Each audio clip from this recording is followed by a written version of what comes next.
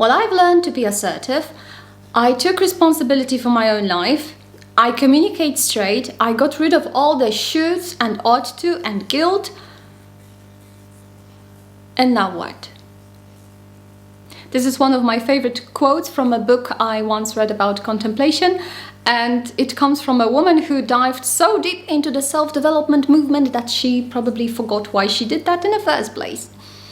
Judging by the number of books that are telling us that we should be more self-confident, more productive, more active, you would come to a conclusion that the reason why we should do all these things or want to be these things is so obvious that only a stupid person would ask why. Never mind, I'll give it a go. Why? My first bet would be that we are naturally drawn to things that make our ego feel better and bigger and more in control. But the answer cannot be so simple and unromantic, don't you think?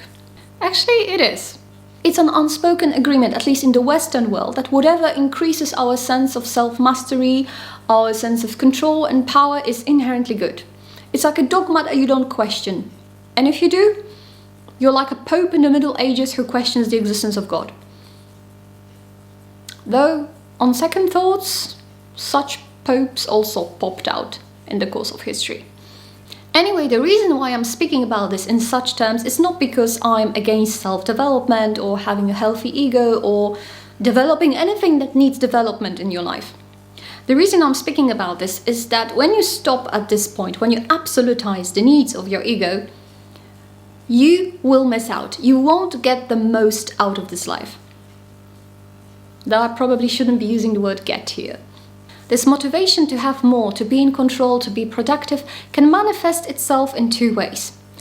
One, when we don't ask why, and two, when we do. Take prayer, for example. One proof that prayer is out of this world, that it's not an ego thing, is that so many people ask why they should pray.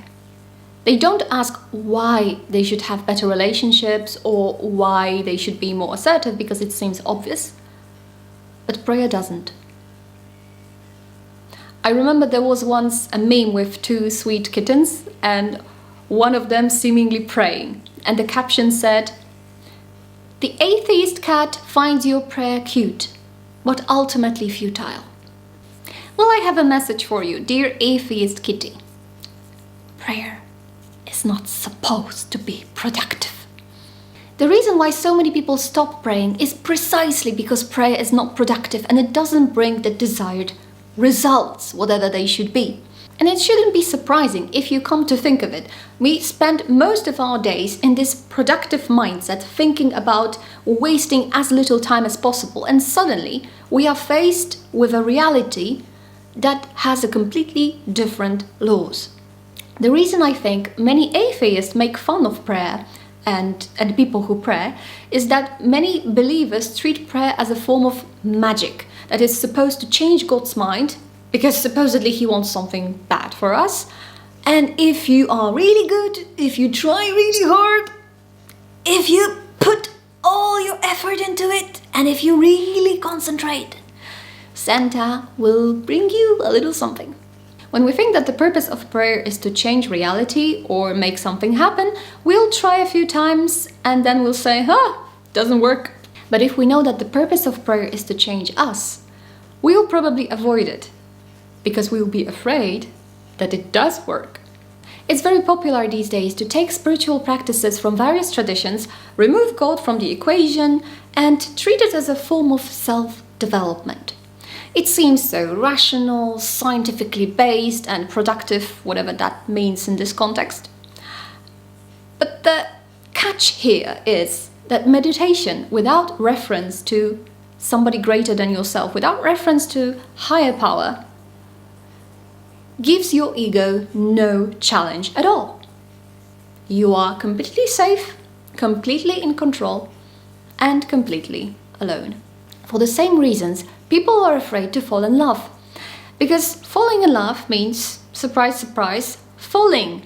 Not standing on my own two, completely independent, but being vulnerable, offering myself and trusting that this mysterious other is worthy of my trust and won't hurt me.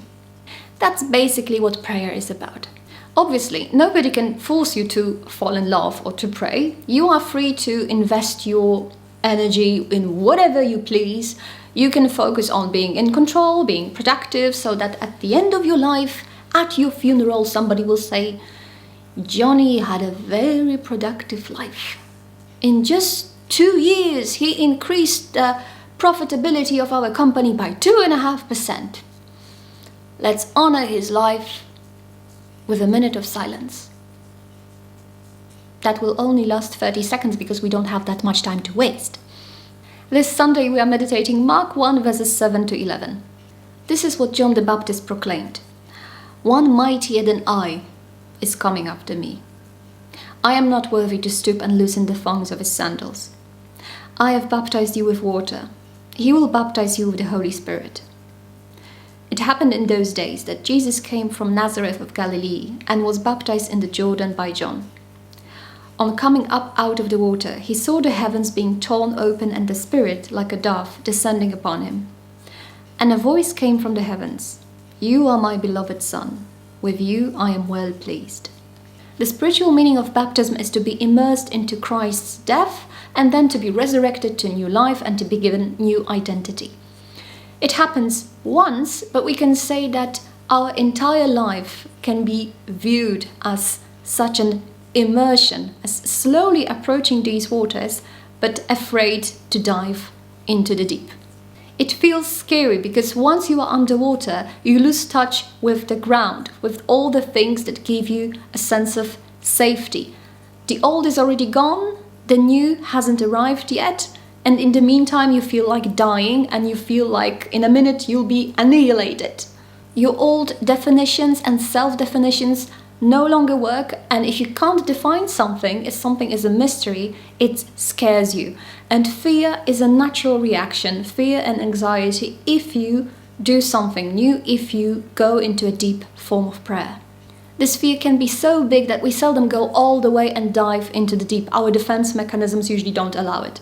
This is why prayer is a practice. It changes your heart one prayer at a time. You slowly approach the waters, check the water and learn to trust it more and more until one day you find yourself fully immersed. You step out of this water and suddenly realize you're not the person you thought you were. You are given new, deeper identity.